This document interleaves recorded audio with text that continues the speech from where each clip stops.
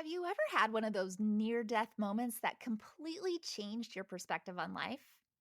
Where your life flashes before your eyes, or you suddenly just wake up and realize it's time to do something different? And I realize that it doesn't always happen like in the movies, right? But those wake up calls do happen, and sometimes they change everything. And in today's episode, we're going to be chatting with my friend and homesteading expert, Shelby DeVore, about the very scary wake up call that led her down a rabbit hole of research for a better way to live. And what she discovered is so interesting and relevant to every single one of us that I cannot wait for you to dig into today's episode. Welcome to the Feel Better, Live Free podcast brought to you by Thinlicious. I'm your host, Ruth Sukup, and here we'll talk about everything from the science of weight loss to practical tips for making your health a priority in the midst of a busy life. It's a little bit nerdy, a little bit funny, and a little bit revolutionary. So buckle up, friend, because it's about to get real.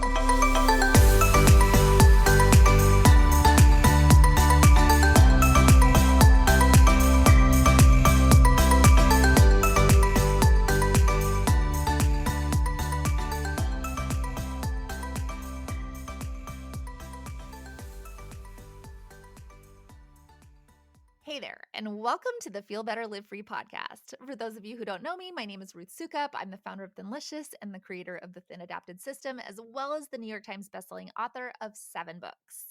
And today, we are going to be chatting with my friend, Shelby DeVore. She's a homesteading expert and the founder of Garden Farm Thrive. And we are going to be talking to her about the insane health scare that changed her whole perspective on homesteading and on the food that we eat. It's so good. You're not even going to believe what's happened to her. And we're going to get to that interview in just a minute. But first, I wanted to tell you very quickly about one quick thing. If you are new to this podcast and you're just trying to learn more about how to get healthy or lose weight in a healthy and sustainable way, then I would love to send you our free starter guide. It is super helpful for understanding just a little bit of the science behind the topics that we cover here on this podcast and why, if you've reached a certain age, it might feel like your metabolism has stopped working. And if you want that, you can grab it at thinlicious.com/guide. Once again, that's available at thinlicious.com/guide. All right. So, with that out of the way, I am so excited to be able to introduce you to today's interview guest, Shelby DeVore. Well, hi, Shelby. How are you doing? I'm good. What about you, Ruth? I'm great. Thanks so much for being here. I'm super, super excited to talk to you about all things homesteading and blue zones and all of it. So, why don't we just start though with a little bit of an intro and let us know like who you are, what you do, how you got to be doing what you're doing. Yeah, so I'm super excited to talk about all of the things with you today, too. My name is Shelby DeVore, and I'm the founder of Garden Farm Thrive, where we teach homesteading. And I wasn't all, let's see, I hated the term homesteader for a long time because I grew up this way. I guess I'm what you would call a multi-generational homesteader.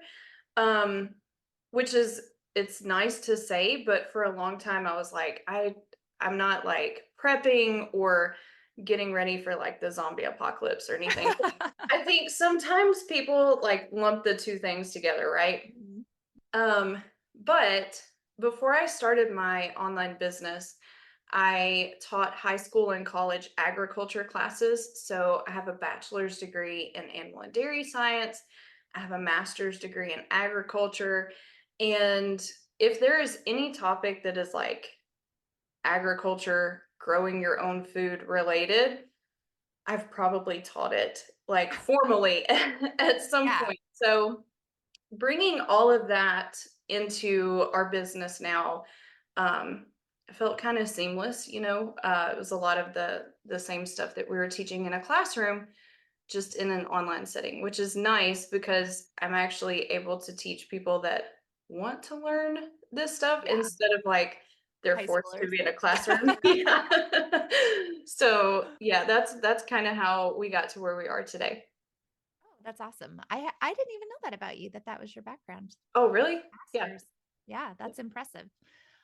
So I when I see all of your stuff, I'm like, oh my gosh, you make me want to homestead because I have this like dream, right? We bought this farm 6 months ago, 7 months ago, and I have a dream. And my husband makes fun of my dream, but I'm like, we're going to have chickens. I want to have cows. I want to have a garden. He's like, honey, every time you've tried to garden, it's been a disaster. I'm like, but this time it's going to be real. But now I'm like, I got Shelby. I got Shelby as my backup plan. You're going to be my guru. Let's do it. Look, I was so pumped when you posted that you had purchased a farm. I was like, yes, this is amazing. There's so much stuff that you can do. It's so much fun. I can't Really wait. I honestly can't wait. Like, and my daughter wants to homeschool next year. So I'm like, okay, you can homeschool, but we're gonna do outside projects. Like you're not just gonna be on the computer all day. So yeah. we're gonna be forced to get some chickens for our homeschool. That is so much fun. I'm so pumped for you. You guys are gonna love it. Thanks. Yeah, I'm excited too. Okay. So let's talk though about you and your health scare because you had a health scare a few years ago that sort of led you down this rabbit hole of research into the stuff that you're really excited about and wanting to talk about now. So what happened? Okay, so it was totally unexpected, which I think most people that had a health scare, they would probably say that, right? Um, I grew up in this lifestyle, and people tend to associate homesteading with being healthy, anyways. You're growing a lot of your own food, you're making things from scratch, you spend a lot of time outside. It's a fairly healthy lifestyle compared to like modern Western lifestyles, right? I always thought like I was pretty healthy when we would go to doctor's visits or checkups or whatever. No red flags. I was never on like a prescription medication or anything. Um, but a little over 3 years ago, it was funny because it was in the middle of COVID. Um, I started having some chest pain. And honestly, I felt like I was getting pneumonia, or just like a really nasty chest cold. My husband and I actually joked about it. We were like, it's probably COVID, like, because everything was COVID back then, Right. right? Um, and as the day went on, like, I felt worse and worse and worse. He came home from work, and by this point, I was like, almost like unconscious on the couch. And my kids were like just doing whatever because we were homeschooling at the time. And he came home, and I don't really remember this, but he said he could tell like something was seriously off. He cooked dinner that night, got the kids in the bed. I don't remember any of this. And he had me take some aspirin. So lucky that he even thought about that because the next morning I woke up and I had like radiating chest pain through my neck and my arm. And I know. So I went to the doctor and I was thinking my dad was on blood pressure medicine. Maybe like I had just turned 30. And so I was thinking, maybe, like I have to be on blood pressure medicine. I'm 30.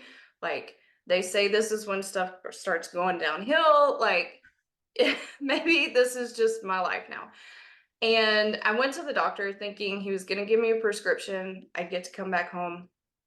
I was having a heart attack. Oh my And gosh. yeah, which you don't think about that happening to you, but especially not when you're what you 30 consider years old. healthy and Yeah. 30 years old. Yeah.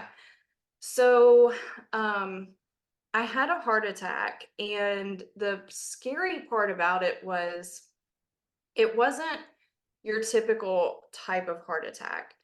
It was a spontaneous coronary artery dissection, which means your arteries just kind of like fall apart and your heart freaks out. And it happened in two different places, and it's really hard for them to diagnose it. Like they can tell based on protein tests that you're having a heart attack, but actually seeing it, you have to go through literally every single test to diagnose it. And then they have to do an invasive procedure to actually be able to see it. So I was in the hospital for several hours, actively having a heart attack, which led to me having a stroke in the hospital. Oh my Um, gosh. and when that finally happened, I guess that was a clue to them as to what was going on, and they were able to diagnose it and then treat it pretty quickly. So yeah, huge health scare a few years Huge health ago. scare. So did you have to Yeah, go right into surgery and stuff? I did. And it's insane because I'm allergic to the type of dye that they use to see, like, for the imaging for this procedure. And I will never forget, like, I'm freaking out anyways, like all of this stuff is happening. And I will never forget, he was a really great cardiologist. He was like one of the best in the area, but he had the worst bedside manner. So like he was a great doctor, horrible to talk to. He he came in and he was like, "Well, we think we know what's going on. We need to run one more test and we'll be able to fix it like while we're in there. The only thing is it's an invasive test." And we're like, "Okay." So it's not just like a typical like, go get an x-ray or an ultrasound or whatever. Um he said we have to pump this dye into your heart, and it's in your chart that you're allergic to this dye. And I'm like, so can you do that? Like, how does this work? You're pumping this into my heart. And Yeah. he said, we'll counteract it with different drugs or whatever. This is the only option. And we're like, okay, I guess we're doing this. So he turns to walk out of the room, literally stops in the doorway, and he goes, "Oh, and legally, I do have to tell you that 1 to 2% of people that go through this procedure, they don't come out alive." And he just walks away. Oh Like, my gosh. that was it. And I was like, the nurse was standing there, and I was like, wait, does that mean, like, am I more at risk because I'm allergic to like, what is going on? Did he really have to say that? Oh Not my okay. gosh. So yeah, it You're was freaking out, yeah, it was traumatic to to say say the the least. least. Oh Yeah, my goodness. yeah. Scary time. But Oh, oh my gosh. obviously, I survived. I was, Yes. I guess, one of the 98% of people that survived. So that's good. So what did that change for you then? Oh my gosh. So much. So after I came home from the hospital, one of the things that you tend to associate with having a heart attack is like being under a lot of stress and your diet and that kind of stuff. So we obviously had a million questions for our cardiologist, like what caused this, like what was the underlying factor. And like I mentioned, it's not a typical type of heart attack. So when they did all of my blood work, they were like, your stuff actually looks great. Like there's nothing that we can pinpoint that would trigger this or really anything that you could do to improve it. So as we were talking to the doctors, um, they said they really think this type of heart attack is maybe genetic, could be related to hormones. It's so rare they don't really know. The only thing that they did say was once you have one of these, they tend to repeat themselves. So your risk of having another episode is like 1 out of 3 every 2 years, and the risk never goes away. So that led to the question of like, okay, if I'm always going to have this risk, what do I need to do to either prevent myself from having a heart attack, or if it happens again, like surviving? Because I feel like I got lucky with the first Yeah. one, right? Yeah. And I ended up getting into a pretty deep conversation with my cardiologist one day when I was in the physical therapy room with like all of the 80-year-old people that are there for cardiology, physical therapy. And we were just discussing different things. And he said, I think you should look into some of the research around blue zones.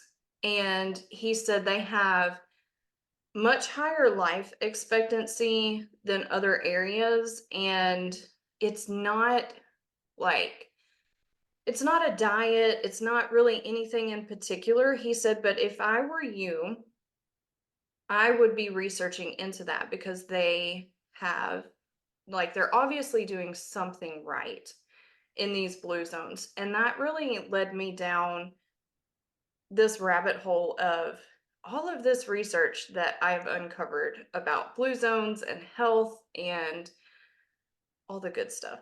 Yeah.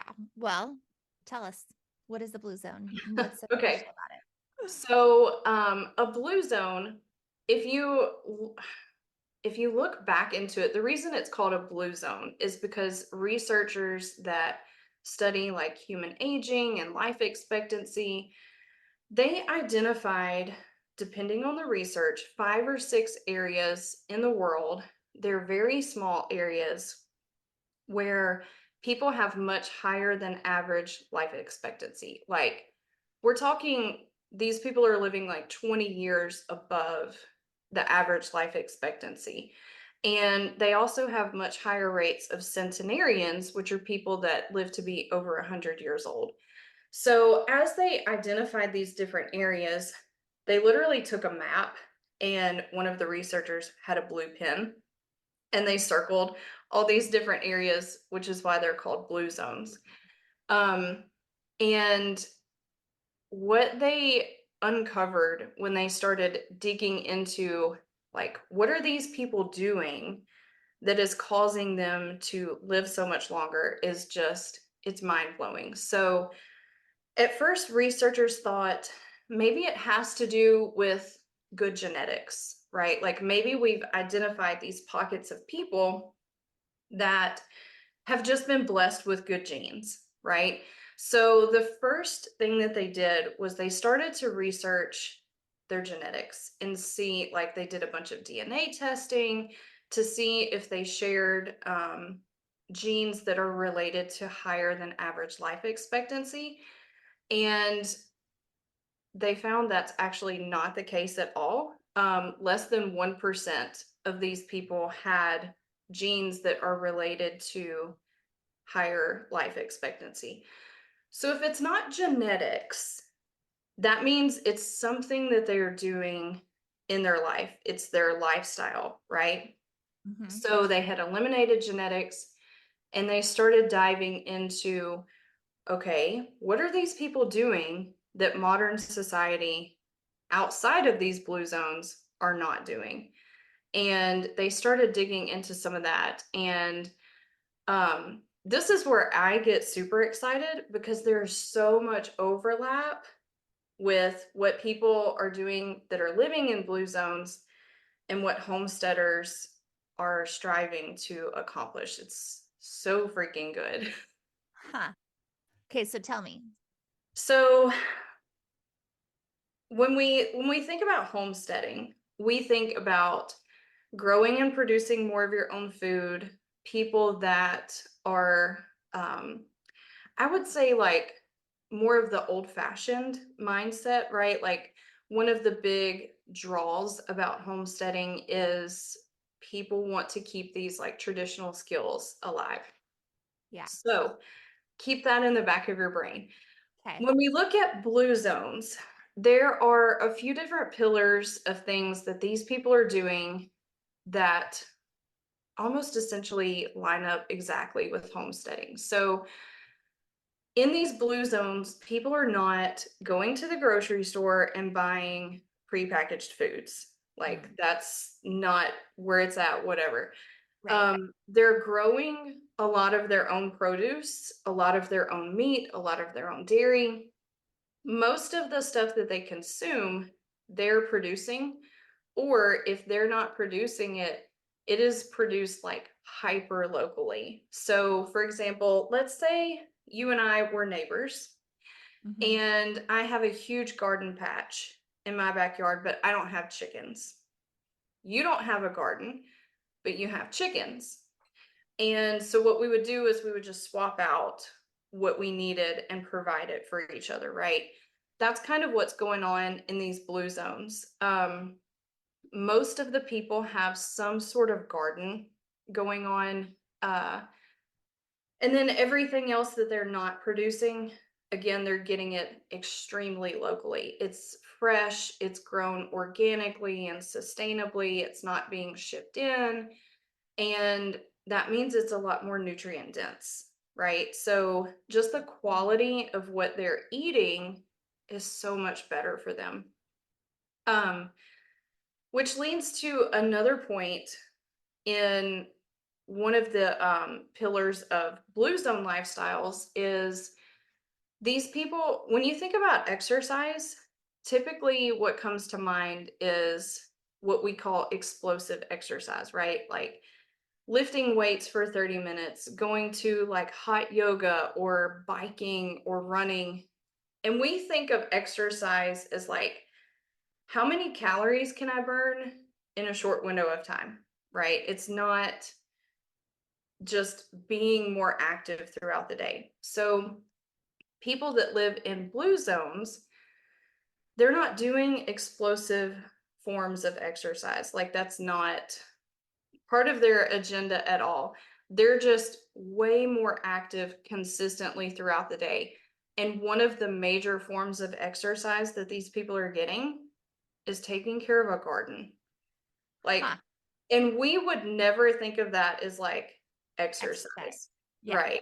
Like, you think it's How just many calories am I burning on my Fitbit? right, right. But that's one of the major forms of exercise Yeah. that these people are getting, and it's just a accumulation throughout the day of them keeping their body busy, keeping their body going. They're not sedentary the same way that most people are these days. So those were two big things. As I started diving into the research, I was thinking, this is literally homesteading. Like, Yeah. produce more of your own food, get outside, take care of your garden, be a little bit more active. And then they're also huge on like tradition, which again, homesteaders can totally relate to this. I think a lot of people that are interested in homesteading are interested in it for that simpler, more old-fashioned lifestyle, right? Mhm. They like the idea of like a slow afternoon baking sourdough or sitting on the porch drinking coffee, watching their chickens, or whatever it is. People that live in blue zones love tradition and they work really hard to keep tradition alive. Mhm. And that also comes back to traditional foods. So in these blue zones, they're not eating ice cream sandwiches and, like modern packaged junk. They're using these older recipes that have been around for generation after generation. And if you look into it, a lot of it is, again, not just the more nutrient dense food that they're producing, but it's also a lot of like gut healthy food, right? Like, um, one of the blue zones is in Japan and they love to eat kimchi. Like, that's one of their traditional Oh, foods. And, we know it's super gut healthy. right. Kimchi is. Any of those fermented foods are.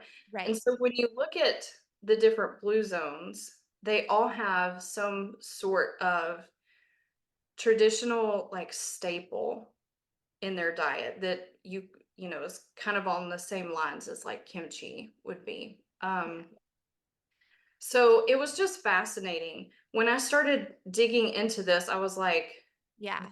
This is literally like blue zones are like modern homesteading, I mean, basically. that's exactly what it sounds like, and a lot of the same stuff that we talk about all the time on this podcast, right? Like, cutting out or eating nutrient dense foods and eating food as close to nature as possible and getting outside more and spending time in the sunshine. And it's like not really about exercise, it's about the total lifestyle. And Yeah. that's incredible. So it is, but I've never equated it to the homesteading thing. And it makes me want to homestead even more. So, how does somebody create their own blue zone then? Like, and I mean, if you think about that, and like, how can you do it in this modern society? Because here we are, life is busy. Not all of us have enough time to start a garden or the space to like have cows, right? Like, how do you create your own blue zone when in the face of still living in America, right? And Yeah, yeah.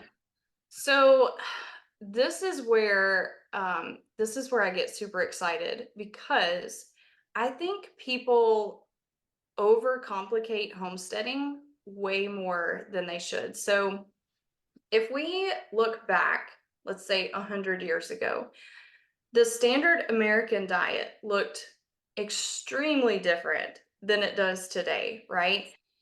And that's largely in part because they didn't have grocery stores the way that we do now. They didn't have big commercial farms. They didn't have these giant food companies. Those weren't really a thing Oh, yet. big food Oh my gosh, yes. pumping our Yeah, pumping our bodies full of chemicals. right. No. That stuff did not really exist yet. We didn't start to see that stuff take off until a little over 100 years ago. Most people grew and produced the majority of what they ate, or again, got it from a really local source, right? They Mhm. might get their meat from like a local butcher shop or something, but everything was very local. So what happened was as grocery stores started to emerge, as big food companies started to emerge, they identified that there was one group of people that was standing in their way between them making a ton of money. And that was the like housewife back then, because she was the one that was taking care of the garden. She was the one that was making all of the stuff from scratch. And so it's actually mind blowing if you look at advertisements that circulated in like the early 1900s. So much of the ads that went through magazines and newspapers, it was literally targeted at housewives. And one of my not so favorite headlines that I always remember is there was a headline for an ad that said, "A tired wife makes a poor wife." And if you read the article, it starts to tell them that the reason they're so tired when their husband gets home is because they're busy taking care of the garden and doing all of these things. And it like super over exaggerated what these ladies were doing, right? And this went on for like 10 years. And within that 10-year time period, they essentially convinced an entire generation of women that this was too much work, it was too hard, they didn't have time, and that their life would be so much simpler if they just quit doing it and shopped at the grocery store. Mm. And so that's what happened. So, So what you're saying is big food has been conspiring against us for more than 50 years. It's been um, 100 years. oh yeah, yeah. It's like since the beginning. Since the beginning. Yeah, Ugh. I know. Don't even get me So started on that, Shelby. let's not go down that rabbit hole. So to come back to your original question, like how can we create this blue zone? Again, I think people overcomplicate what you have to do in order to have a massive impact on your health when it comes to homesteading. And we tend to think of homesteading as like being 100% self-sufficient. A lot of people tie those two things together, and you don't have to be completely self-sufficient to see like major impacts on what you can do for yourself. Interesting. So I think making sure that you look at homesteading like, how can I go about this in a way that is sustainable for me and my family in the long run? And just acknowledging the fact that doing it to be completely self-sufficient, that's a goal that people are never actually going to be able to attain.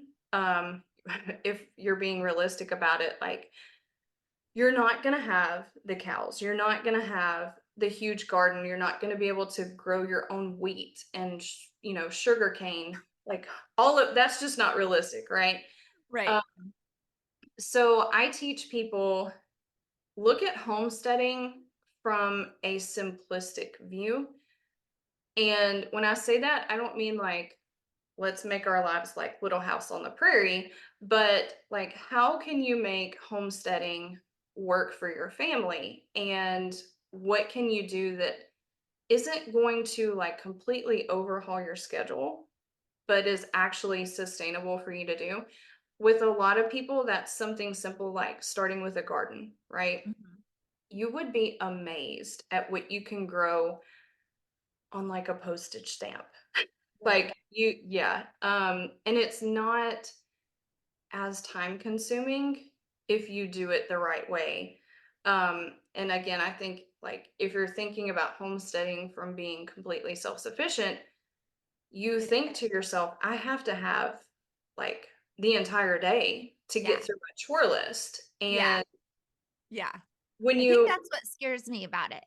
Like, I yeah, just am like, I don't wanna start it if I can't actually maintain it. And then uh, but I think, and people take this approach to everything in life, right? If we can't do it all the way, then I'm not going to do it at all. And so much about our health in general, we do that, right? Oh, if I can't go all in and I can't do it perfectly, then why even bother? But that's not actually the right approach, because there's so much, like, even a little bit is better than nothing. So do yeah. do a little bit, do what you can. And that's what you're saying about this too. Oh, for sure. Yeah.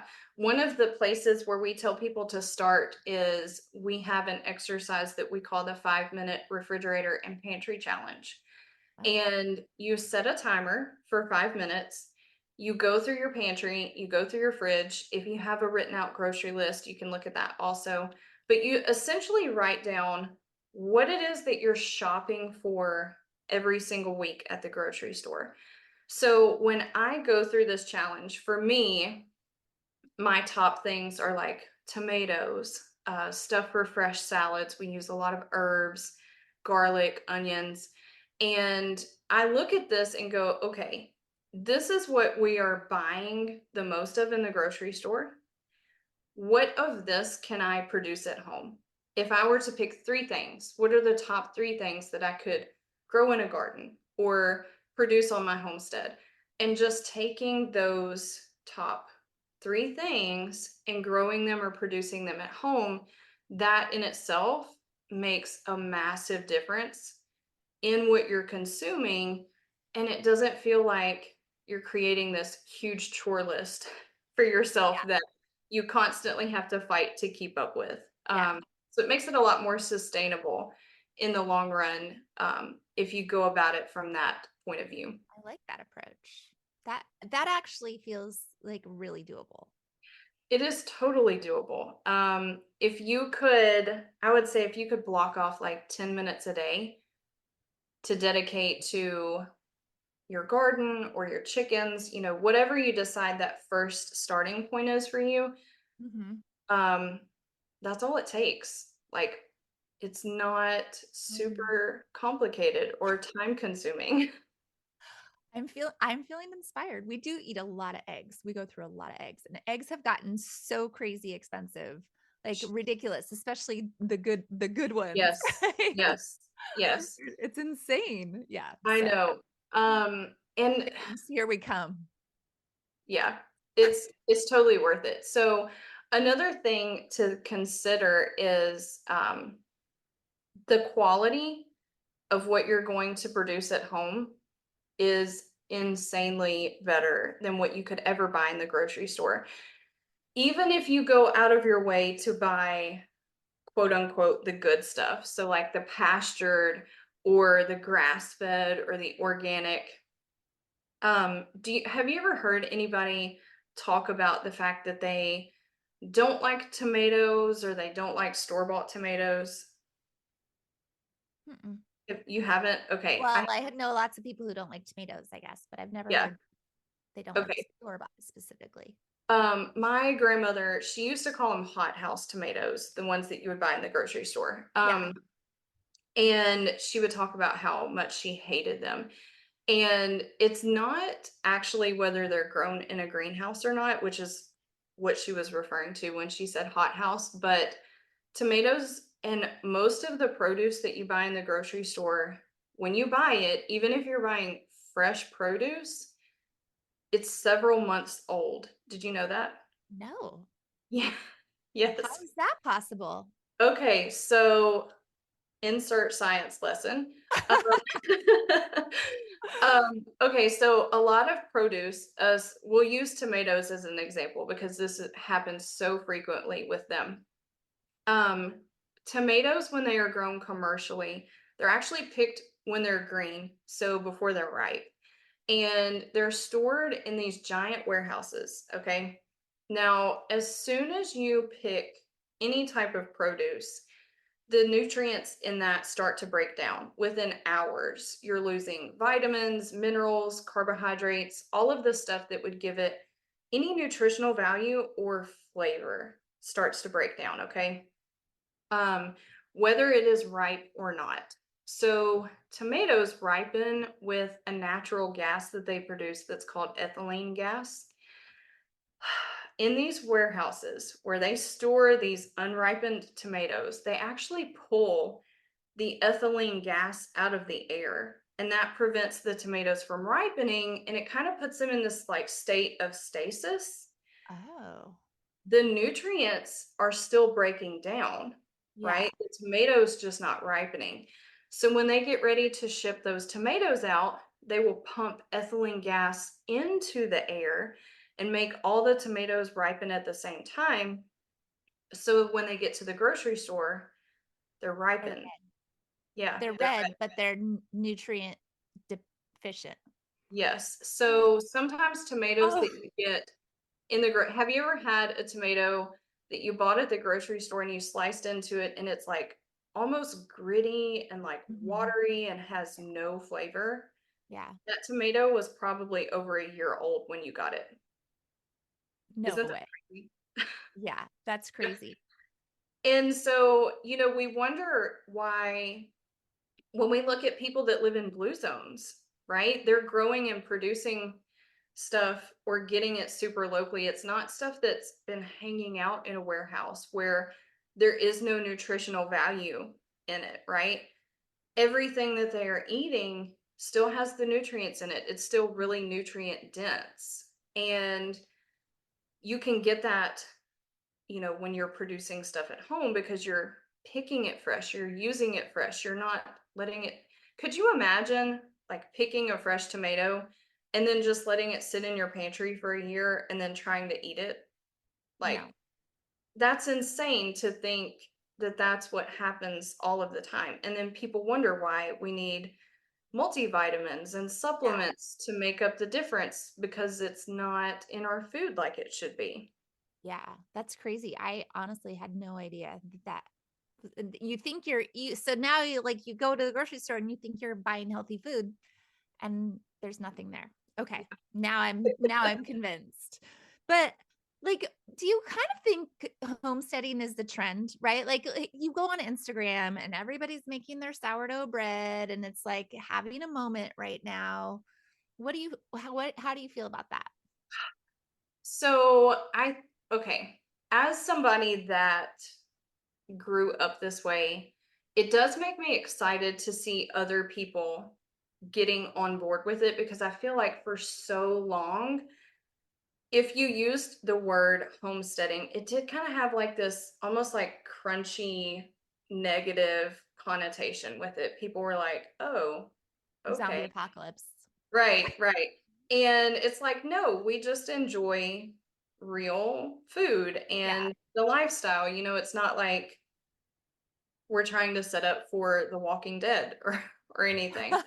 Um, and so from that perspective, I do think it's interesting that people who would not have been interested in this maybe 3 or 4 years ago are starting to see like there's actually something to it. And honestly, I think a lot of it had to do with when we went through the pandemic. Remember going to the grocery stores and like there was nothing there Mhm. and people were freaking out over, I remember feeling, I don't even know, some type of way, going to the grocery store to get a bag of spinach and like there was one bag left and it was like $7 for one of the small bags of spinach, and they just like price gouged because they could, because there was none. Mhm.